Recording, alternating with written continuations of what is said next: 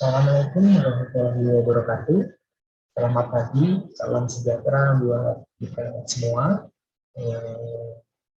Semoga rekan-rekan mahasiswa di mata kuliah sistem multimedia ini dalam kondisi sehat tanpa kekurangan apapun saat menyaksikan atau melihat atau menonton materi terkait tentang citra statis atau membuat atau mengolah buah karya desain grafis. Mungkin teman-teman desain grafis sudah mungkin barang umum, ya. Teman-teman sudah pernah melihat, membuat dari segala macam media yang teman-teman gunakan. Hingga teman-teman sudah dapat mengetahui ketika kita hari ini belajar tentang desain grafis, ini berkaitan tentang citra statis.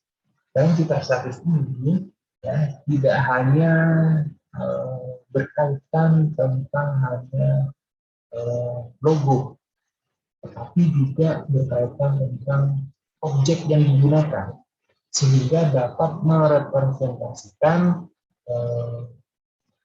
bagi siapapun melihat karya tersebut dapat mengartikan bahwa ini adalah bentuk dari burung, bentuk dari pohon, atau yang lainnya.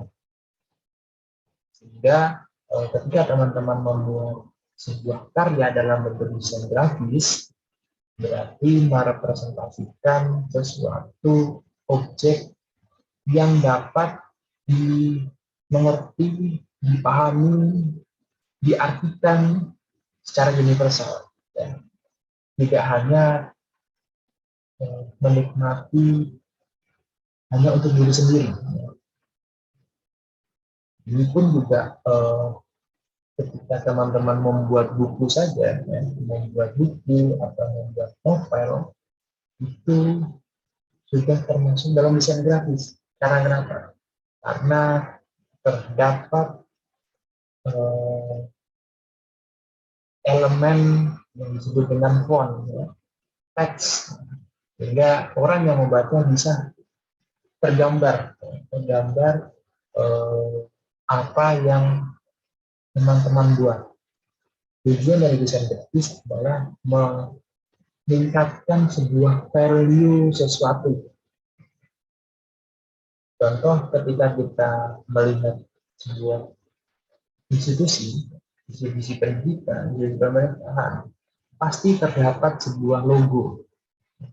Logo ini berarti merepresentasikan sebuah kota. Contohnya kota Bontang terdapat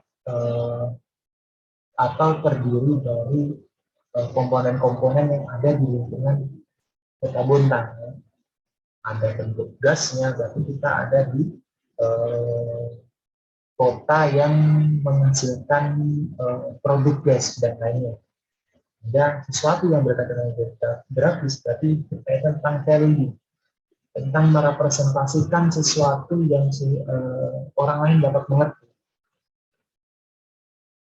Jadi hari ini kita akan mempelajari tentang desain grafis. Sebelum kita membuat sebuah karya, mungkin teman-teman yang berkuliah di sistem multimedia pasti pernah membuat sesuatu yang berkaitan dengan grafis. Nah, baik itu menggunakan media apapun ya, media Canva, media Photoshop, Illustrator, CorelDRAW, mungkin teman-teman pernah menggunakan itu. Ataupun yang mungkin paling dasar adalah PowerPoint, salah satu bentuk dari materi yang selalu dibuat oleh dosen-dosen dan menggunakan PowerPoint, mengatur sebuah font, mengatur color atau warna, mengatur shadow, mengatur elemen-elemen yang membantu orang lain dapat mengerti apa yang ditampilkan. Jadi hari ini kita akan mempelajari tentang fundamental dari desain grafis. Oke, lanjut.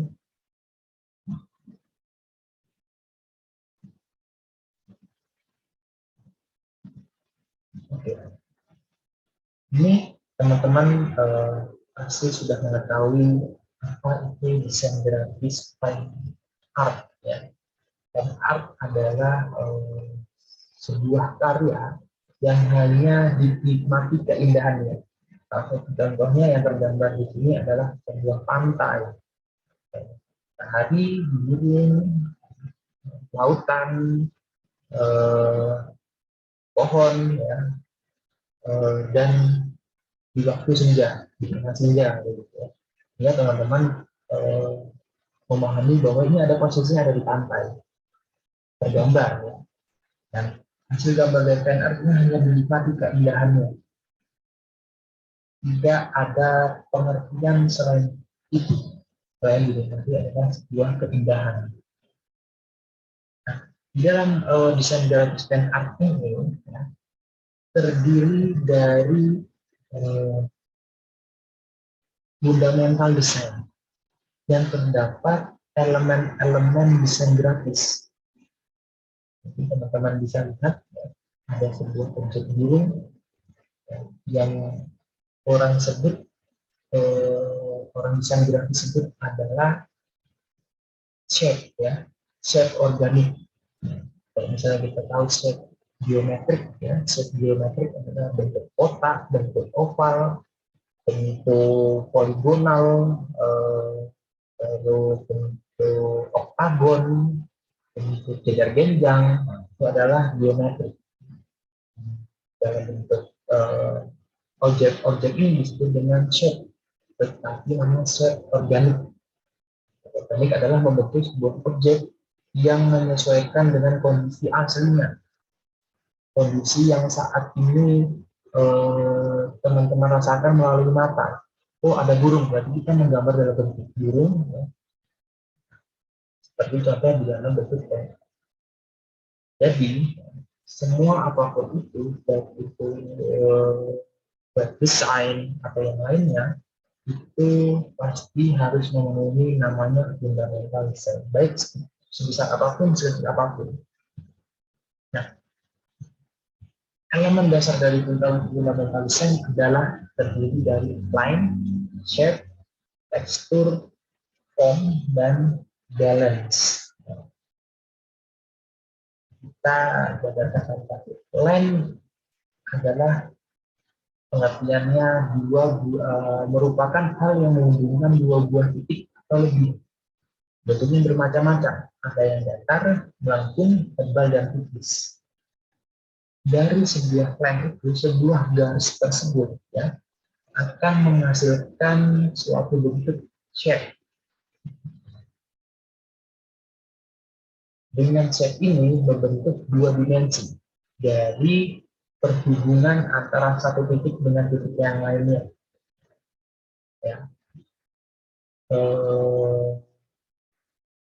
Ada dua jenis shape yang ada saat ini. Yang seperti saya sampaikan adalah geometrik atau reguler dan organik.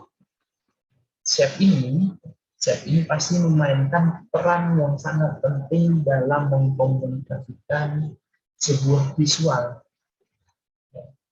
Jika kita membuat garis yang berbentuk shape, kita harus memperhatikan lengkung perlengkungannya sehingga membentuk suatu objek yang sama seperti kita melihat di dunia nyata. Bentuk burung, bentuk pohon, bentuk rumput, ya. Sehingga terbentuk sebuah objek yang dapat dimengerti secara umum, secara universal. Dari bentuk shape ini, dua dimensi ini, supaya membentuk sebuah gambar tiga dimensi, harus memenuhi tiga aturan. Yang pertama, lighting, shadow, dan perspective. Ketika cahayanya ada di sebelah sini, ya, pasti yang di sebelah sini membentuk sebuah bayangan hingga terbentuk sebuah gambar 3 dimensi dengan lighting dan shadow, cahaya yang di sebelah kanan dan bentuk bayangan akan membentuk perspektif bahwa ini adalah kubus. Begitu pun dengan yang lainnya, sehingga objek tersebut menjadi lebih nyata atau lebih hidup. Ketika sudah membentuk sebuah form, objek tersebut dapat ditambahkan dengan tekstur agar dapat memberikan suatu nilai dalam objek tersebut. Contoh, ketika teman-teman melihat dinding yang kasar, berarti ada tekstur yang kasar di dalam sebuah shape tersebut. Sehingga teman-teman bisa mengetahui, oh ini dindingnya kasar, berarti ada lengkungan yang menonjol keluar. Itu juga teman-teman ketika melihat burung, akan teman-teman merasakan bahwa itu adalah burung yang bersayap, berarti ada bulunya. Berarti harus diberikan sebuah elemen tekstur. Sehingga yang merasakan tanpa menyentuh bisa mengetahui bahwa itu bulu, bahwa itu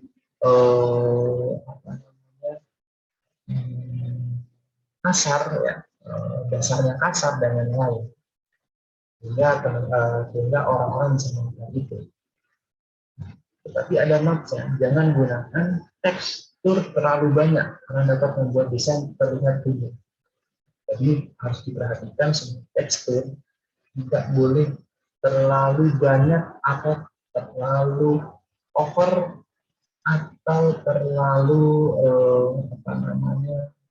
memaksakan agar berlebihan untuk mengatur. Cukup sederhana, karena sesuatu yang berlebihan pasti tidak baik. Begitu pun sebuah desain. Desain jika terlalu banyak memberi tekstur akan terlihat rumit. Sehingga yang melihat tidak akan nyaman melihat sebuah objek tersebut. Itu elemen tekstur. Yang terakhir adalah balance, ya, keseimbangan yang membantu contoh ada gelap, ada terang.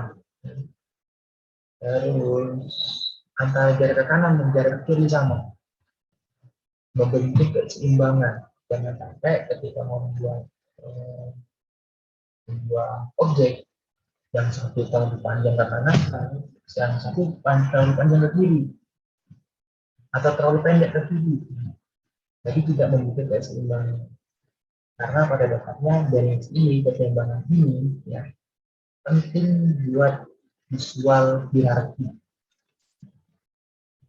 Ini mungkin yang penting terhadap fundamental design. Jadi dalam bentuk desain grafis, berarti 4 elemen itu pasti ada, tidak mungkin tidak ada.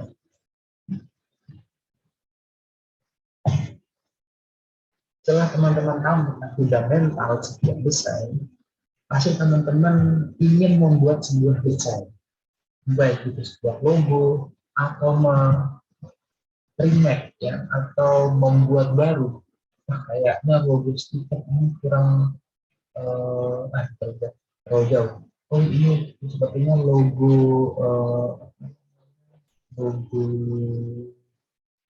sebuah organisasi kemahasiswaan kayaknya kurang modern, butuh diperbarui sesuai dengan zamannya. Teman-teman melakukan pengamatan, meniru dan modifikasi. Pasti teman-teman pada saat proses amati, ya, pasti mengumpulkan segala macam sumber daya informasi atau referensi untuk teman-teman melakukan meniru sebuah oh ini kayaknya bagus dan gitu perlu kita implementasikan gitu, mengimplementasikan dari sekian banyak informasi yang teman-teman dapat. Karena ada salah satu eh, apa namanya contoh yang bisa ditiru untuk diterapkan di logo salah satu organisasi kemahasiswaan tersebut. Tetapi yang perlu teman-teman ketahui ketika teman-teman menggunakan ATM, ya, amati pilih memodifikasi, jangan sampai mensalah artikan kalimat ATM tersebut. Karena semua mempunyai hak cipta. Apa yang teman-teman buat, apa yang teman-teman pilih, akan terlihat biasa saja atau jelek atau yang lainnya ketika teman-teman mencontoh dari salah satu media yang lain. Mungkin yang paling banyak menjadi sorotan adalah ketika membuat sebuah logo. Contoh salah satu logo di perusahaan di luar negeri diterapkan di Indonesia seakan-akan baru, tetapi bagi orang desain grafis atau yang mungkin lebih mengetahui, jikitnya logonya mencontoh. Yang malu bukan hanya pembuat, tetapi instansi atau tempat yang teman-teman buat logonya. Itu berkaitan tentang reputasi yang teman-teman miliki ketika menerapkan amati dan modifikasi. Tidak seperti yang di awal saya sampaikan, caranya adalah yang pertama adalah yang umum dilakukan oleh orang-orang ya, ketika melakukan ATM ya, mengamati bentuknya, ketika sudah mengerjakan mengamati bentuknya, membuat sama persis, meniru ya. Tapi amati adalah amati, tiru, membuat sama persis, modifikasi, dan bentuknya sedikit kelar. Tidak seperti itu ketika kita melakukan amati, tiru, dan modifikasi. Yang benar adalah amati, tiru, dan modifikasi sama dengan sama dengan inspirasi, bukan plagiat. Jadi ketika teman-teman mengamati sebuah objek yang teman-teman terapkan, implementasikan, jangan sampai melakukan kegiatan plagiat.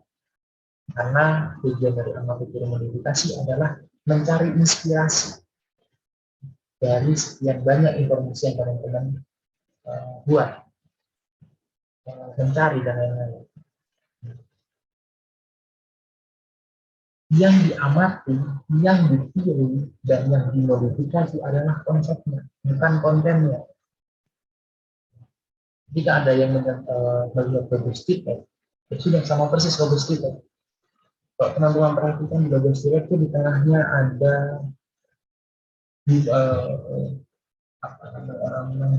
bumi dalam bentuk lingkaran. Cukup dihilangkan bumi tersebut, dianggap teman-teman sudah membuat sebuah karya dengan konsep amati, tiru, dan modifikasi. Salah. Benar adalah melihat konsepnya, bukan kontennya. Nah, ini salah satu contoh lagi. Meniru konten. Di sini cuma ganti warna, dikasih warna yang berbeda. Berarti kan karena demikian banyak yang dilakukan oleh orang-orang, hanya mengubah warna, menambah stroke. Stroke itu memberikan warna kuning. Ya.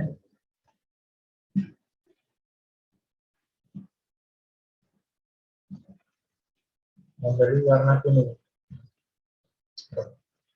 Atau outline. Memberi outline. Ini seakan-akan teman-teman sudah melakukan ATM. Sebenarnya ini adalah kegiatan meniru atau plagiasi.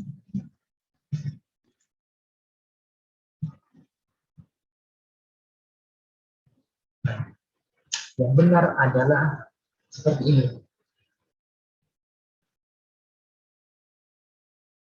Dilihat objeknya. Nah, objek ini yang di sebelah kiri, teman-teman perhatikan, membentuk huruf SRC tapi diberikan singa, ya, anjing, bentuk anjing. Tetapi orang lain melihat dari sisi konsepnya, ya, konsepnya ada huruf SRC, dihilangkan huruf SRC itu ditindis atau ditimpa dengan bentuk singa, sehingga membentuk orang tetap bisa membaca SRC dengan ada mungkin ya logo SRC ini tempat pemeliharaan anjing atau tempat makan anjing gitu ya, atau tempat perawatan anjing gitu, hewan anjing. Sebelah kiri konsepnya sama, tetapi dia menggunakan konsep siluet dari sebuah wajah orang di dalam huruf D. Bentuk ini akan terlihat melakukan proses ATM, tetapi yang ditiru adalah konsepnya. Hurufnya terdapat sebuah objek dan D juga terhadap huruf D terdapat objek. Ini salah satu bentuk dari konsep yang ditiru, tapi tidak meniru secara full. Fullnya adalah bukan konsepnya, tetapi benar-benar bentuknya. Seperti contoh yang di awal, sama-sama huruf SRC, cuma ditambahkan outline atau shadow di belakang huruf SRC. Dan teman-teman harus perhatikan ketika membuat desain grafis, banyak teman-teman mendapatkan sebuah referensi yang seperti ini. Dan konsep ini yang harus saya tekankan kepada teman-teman adalah jangan sampai melakukan hal seperti ini. Ini sebagai awalan buat teman-teman sehingga tahu terkait tentang fundamental ketika membuat desain grafis atau berkaitan tentang hak cipta yang dimiliki oleh seseorang. Mungkin teman-teman ketika membuat sebuah karya lalu ditiru oleh orang lain, pasti rasanya akan sama. Yang ditiru ada rasa sakit hati ketika konsep kita diambil oleh orang lain. Hal itu sama juga harus teman-teman miliki ketika membuat sebuah konten. Tiru konsepnya. Tiru konsepnya, bukan tiru keseluruhan baik dari atur konten terhadap sebuah objek yang dibuat. Tiru konsepnya, bukan kontennya. Oke, selanjutnya ketika kita sudah mengerti tentang fundamental sebuah desain grafis dan kita mengetahui bagaimana melakukan pengumpulan desain grafis dalam menggunakan konsep amati tiru dan modifikasi. Sekarang kita akan memahami bagaimana visual hierarki.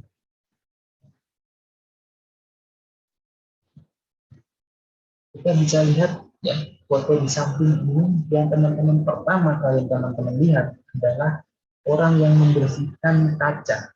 Ada 3 orang yang membersihkan kaca atau 3 pekerja yang sedang di sebuah gedung membersihkan kaca. Teman-teman pasti akan fokus ke titik ini dan teman-teman memahami orang tersebut sedang membersihkan sebuah kaca. Itu yang disebut dengan visual hierarki. Yang dipahami adalah sebuah objek yang teman-teman akan benar-benar terfokus kepada 3 orang pekerja, tidak yang lain-lain di dalam sebuah gambar ini. Pasti teman-teman akan fokus terhadap 3 pekerja. Kalian baru saja melihat sebuah visual hierarki dari foto tadi. Visual hierarki adalah kemampuan dari sebuah desain untuk membuat mata audiens tertuju oleh suatu hal yang dianggap penting dan berbeda. Jadi teman-teman bisa lihat, ya, di sini semuanya sama, katanya panjang dan lebarnya sama, tapi teman-teman akan fokus langsung pertama pada pekerjaan. Itu adalah sebenarnya visual hierarki. Visual hierarki itu sendiri berfungsi untuk mengarahkan mata audiens dan suatu objek ke objek lain untuk membuat sebuah urutan dari keseluruhan isi sebuah desain. Semua terjadi tanpa sengajaan sehingga otak lebih mudah mencerna tanpa berpikir.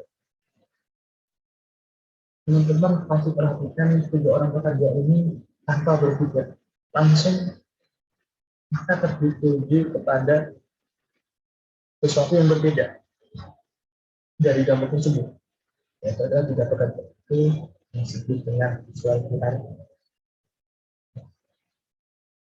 Apa yang harus diperhatikan ketika teman-teman membuat sebuah desain grafis, pasti harus menggunakan konsep visual hierarki.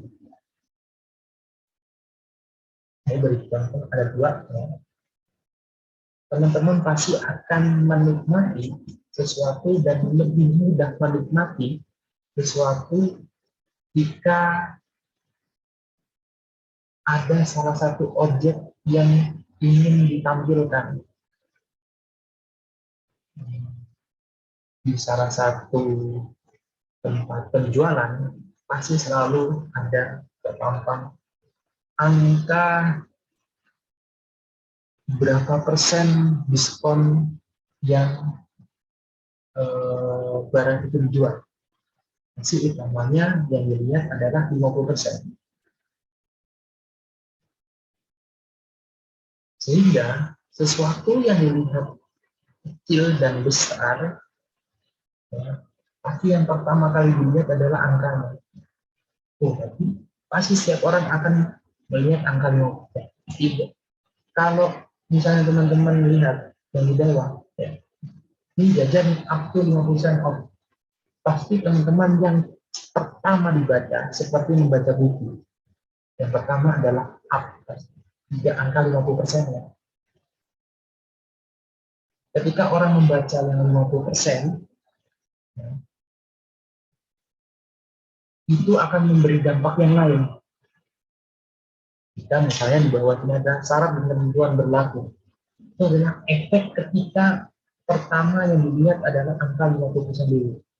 Yang lain akan mengikuti. Oh, ada visual 50%. Oh, ada syarat ketentuan yang syarat dan ketentuan yang berlaku. Dibandingkan dengan up to 50% off, ya, seperti yang ada di bawah ini yang saya pernah bilang. Pertama pasti teman-teman baca adalah up, bukan 50%. Sehingga tujuan atau sasaran yang dicapai tidak akan tercapai dibandingkan dengan metode yang ada di. Jadi adalah yang pertama ketika melalui membuat sebuah desain grafis adalah visual hierarki, adalah ukuran. Jangan sampai buat desain grafis semua sama 12 poin 12 poin dua. Ini mau bikin laporan, ya, mau bikin laporan atau mau buat desain grafis, ya. Jadi jangan sampai mensalah artikan buat desain grafis sama tadi seperti membuat laporan, berbeda. Karena ada tujuannya. Tujuannya adalah masing-masing sebuah desain itu memiliki value masing-masing sesuai dengan tujuannya. Penting atau memberi filosofi sebuah perusahaan dengan metode membuat logo, ya, dan lain-lain. Yang diperhatikan juga adalah kontras. Penggunaan warna yang kontras dengan background memudahkan mata untuk melihat sebuah objek. Teman pasti melihat kiri dan kanan. Teman-teman akan bisa menikmati yang sebelah kiri dibandingkan sebelah kanan. Kenapa seperti itu? Karena kontrasnya terlihat. backgroundnya warnanya biru. Biru ini teman-teman nanti akan belajar tentang bagaimana mengatur color ya. Dia akan cocok dengan warna apa? Dengan background biru. Tapi biru terang, lalu putih. Walaupun putih adalah warna dasar yang warna dasar sebuah apa namanya desain grafis yang bisa dinikmati. Apapun pasti yang berwarna putih pasti masuk. Jadi beda halnya dengan yang lain. Tapi dengan sebelah kanan, Anda menggunakan warna merah, menggunakan warna coklat. Ini nggak salah sebenarnya, tidak bagus. Terbentuk bentuk ukuran set yang diinginkan. Ada bentuk bundar, ya, lingkaran, lalu terpotong ya, lingkaran tersebut ya, menjadi warna coklat. Tujuannya tercapai, tetapi tidak bisa dinikmati. Orang pasti pertama yang akan dilihat adalah kontras warna di sebelah kiri, yang karena mata kita tidak bisa melihat sesuatu yang mengejutkan. Jadi ibarat melihat sesuatu pasti dengan gradasi warna dari gelap menuju terang ya, gelap agak sedikit gelap, agak sedikit gelap, agak sedikit terang dan seterusnya. Nah, jadi teman-teman harus memperhatikan sebuah kontras tersebut.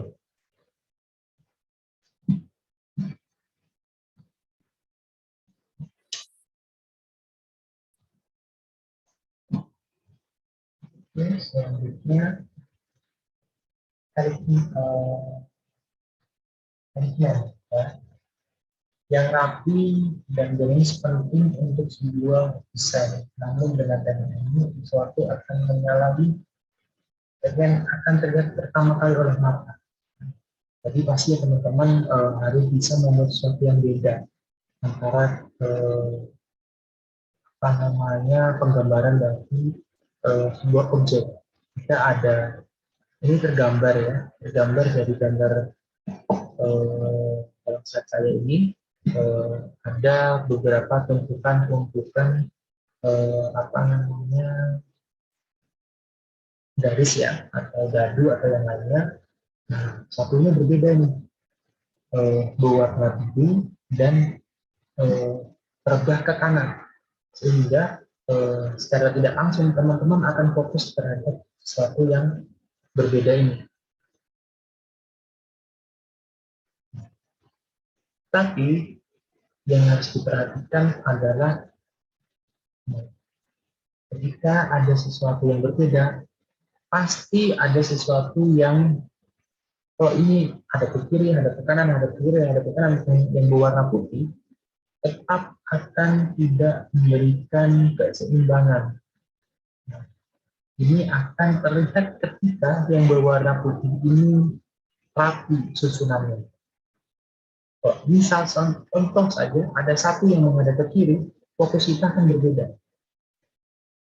Pasti akan tujuan dari suatu desain grafis tersebut akan tidak tercapai diakibatkan dari salah satu objek tersebut membuat sesuatu tetap berbeda.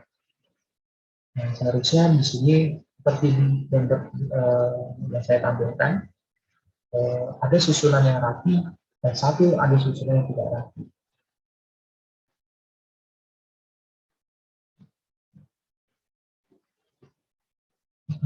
Lanjut adalah negative space atau ruang ruang kosong. Yang tujuannya dari ruang kosong ini sendiri memberi kesempatan kepada pembaca atau kepada yang melihat sebuah desain tersebut itu dapat bernafas dan dapat fokus kepada tujuan di desain tersebut. Lihat ya, dibandingkan sebelah kanan, ya kita bedah dulu yang di sebelah kiri. Ada bentuk taring, ya, mendefinisikan sebuah vampir, dan ada tulisan vampir yang akan terbit atau akan ditayangkan di tanggal 4 Oktober dibandingkan sebelah kanan. Ini terasa penuh, terasa numpuk, terasa tidak nyaman untuk dibaca. Semua akan nyaman, sesuatu yang dilihat dari tinggi dan tanda centang sebelah kiri dibandingkan sebelah kanan. Karena apa yang dilihat itu menjadi sesat. Jadi kayak kita melihat yang sebelah kanan ini membutuhkan ketika melihat ya, menghirup nafas yang terlalu dalam, menghembuskan nafas yang juga kencang karena melihat sesak di dada ketika apalagi teman-teman yang memahami sebuah desain pasti akan merasakan, bahkan yang tidak mengenal desain pun akan merasakan hal yang sama yang saat ini teman-teman rasakan sekarang. Jadi ini memberikan sesuatu objek yang fokus ya. Pertama pasti akan yang dilihat adalah taringnya. Mungkin ada dua definisi dari gambar tersebut, bisa taring, bisa tanduk, tapi kalau tanduk tidak mungkin. Posisinya kok tanduk ada di atas, taring pasti ke bawah, ini sudah membentuk taring. Nah, terus bawahnya vampir, oh berarti ini vampir, jadi mengatakan sebuah objek vampir gitu.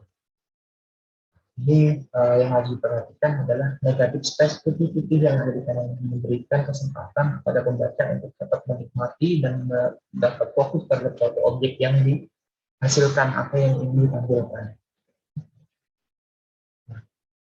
Itu kita sudah memahami tentang fundamental dan visual hierarchy ya, atau sesuatu yang ingin ditampilkan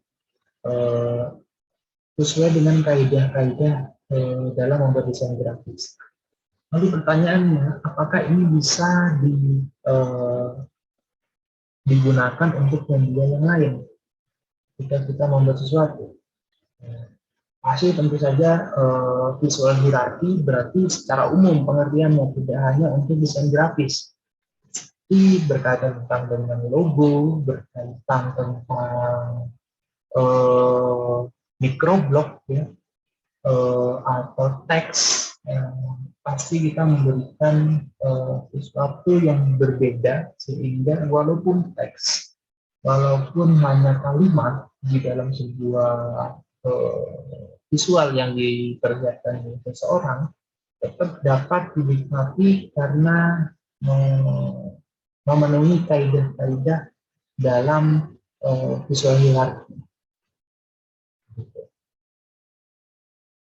Dan selanjutnya kita akan mengulas tentang perangkat yang digunakan untuk menghasilkan sebuah karya desain grafis. Saat ini mungkin ada yang di kubu Illustrator, ada yang di kubu Corel Draw. Masing-masing punya kelebihan dan punya kekurangan.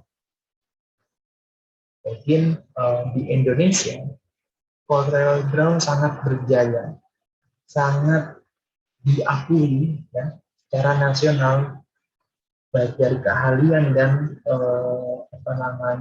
ya, ketika kita membuat sesuatu untuk dicetak, baik itu baliho, souvenir dan lain-lain, pasti yang diminta adalah VCBR. Akan kaget bagi orang yang bagian produksi ketika menerima file berekstensi PSD, Photoshop atau Adobe Photoshop, atau dengan AI, .ai itu adalah instansi pencari eksploitator. Pasti orang lebih familiar dengan outputnya CorelDRAW, walaupun semua media tersebut dapat diekspor dengan media file JPG ya, PNG,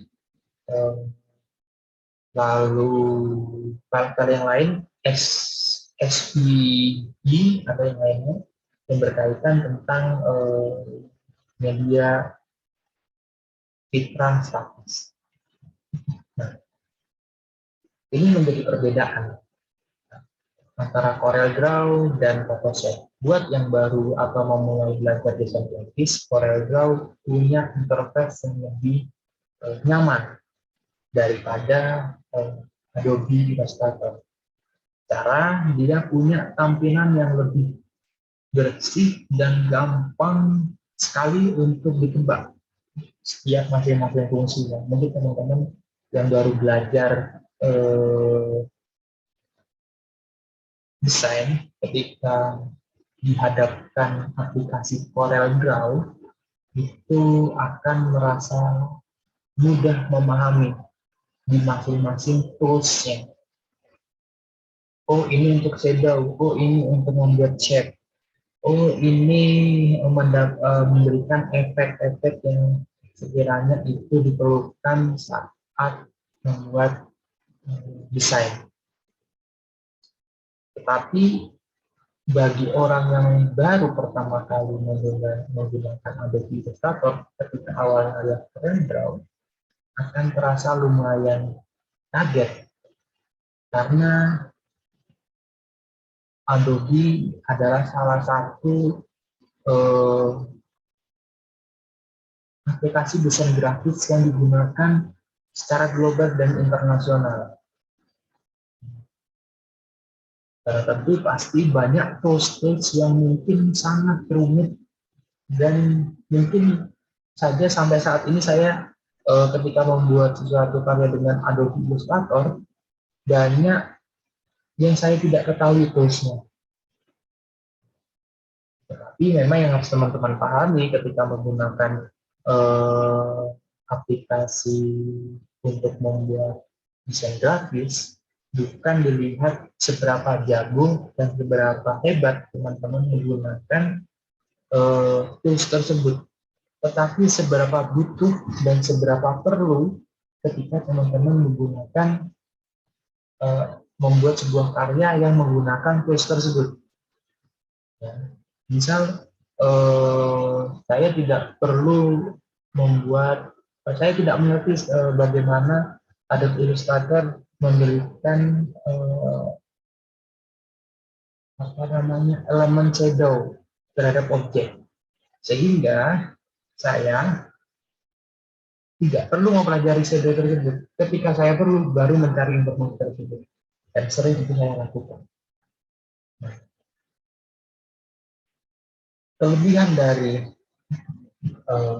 Adobe Illustrator ya dan Corel masing-masing memiliki ekosistem yang berbeda-beda. Kalau Corel ya dia menghasilkan file desain grafis, tapi untuk ekosistem Adobe ya kita ketahui banyak aplikasi yang berkaitan tentang multimedia, contohnya Photoshop, After Effects, Adobe Premiere, PSD, Photoshop yang belajar di Photoshop, ada Adobe Audition, semua bisa diintegrasikan dan dimanfaatkan. Dan saat ini saya sedang membuat proyek Adobe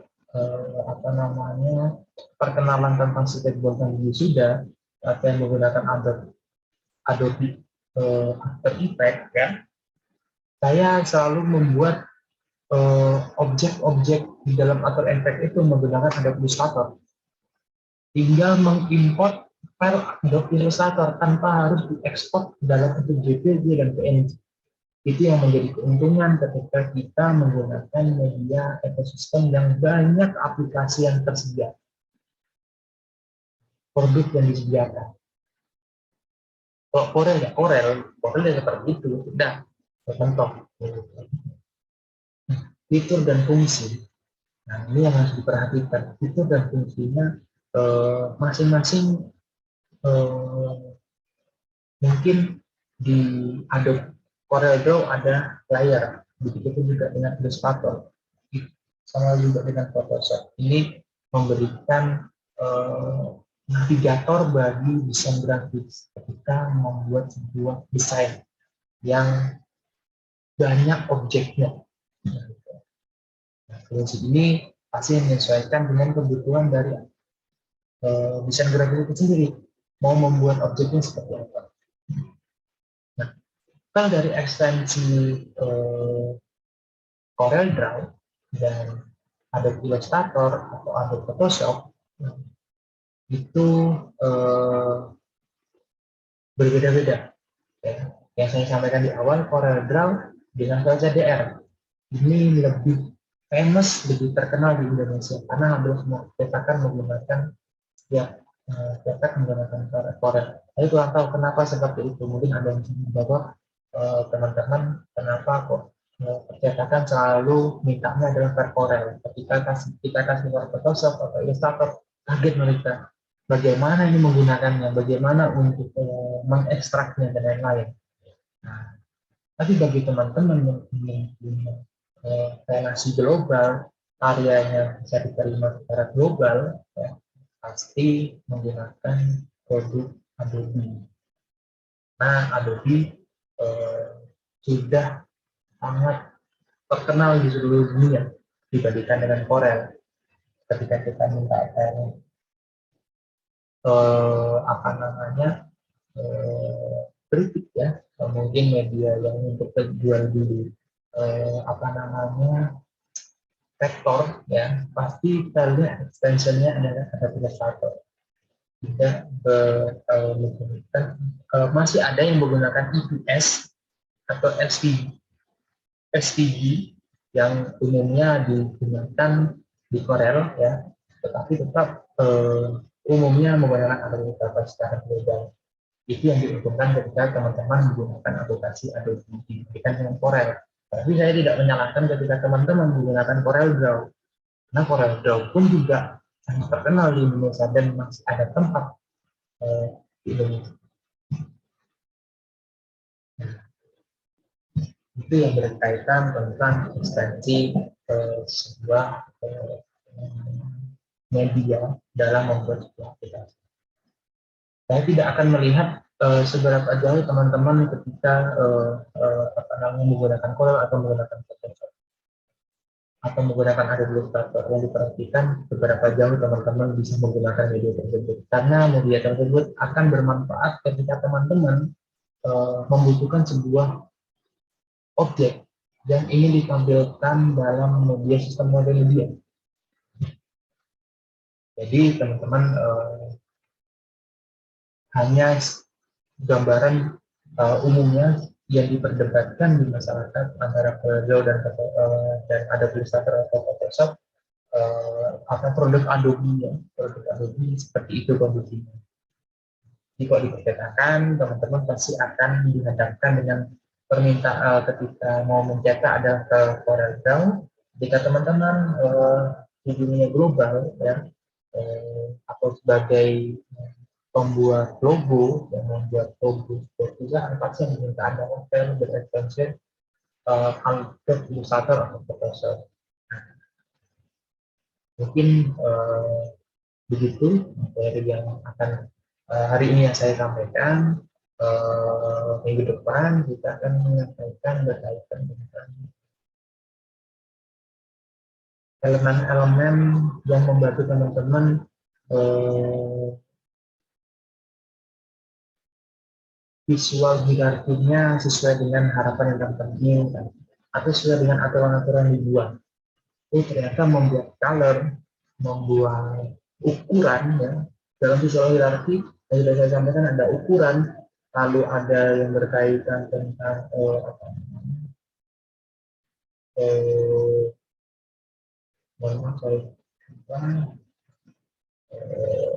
kontras, lalu alignment, terus ada displace. Nanti kita akan kupas berapa tentang visual hierarki implementasinya, colornya seperti apa, aturannya, dan sehingga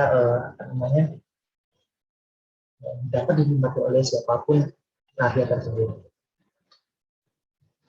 Dari kesimpulan hari ini kita sudah bisa mempelajari tentang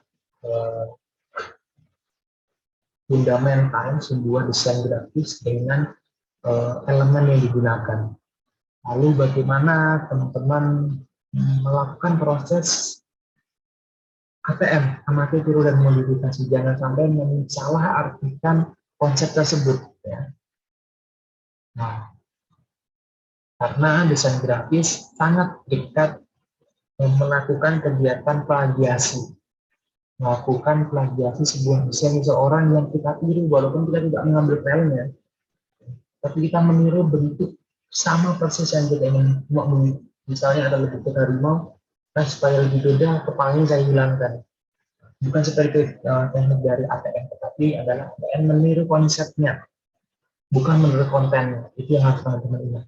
Konsepnya bukan kontennya. Dan yang terakhir kita mengenal tentang visual hierarki.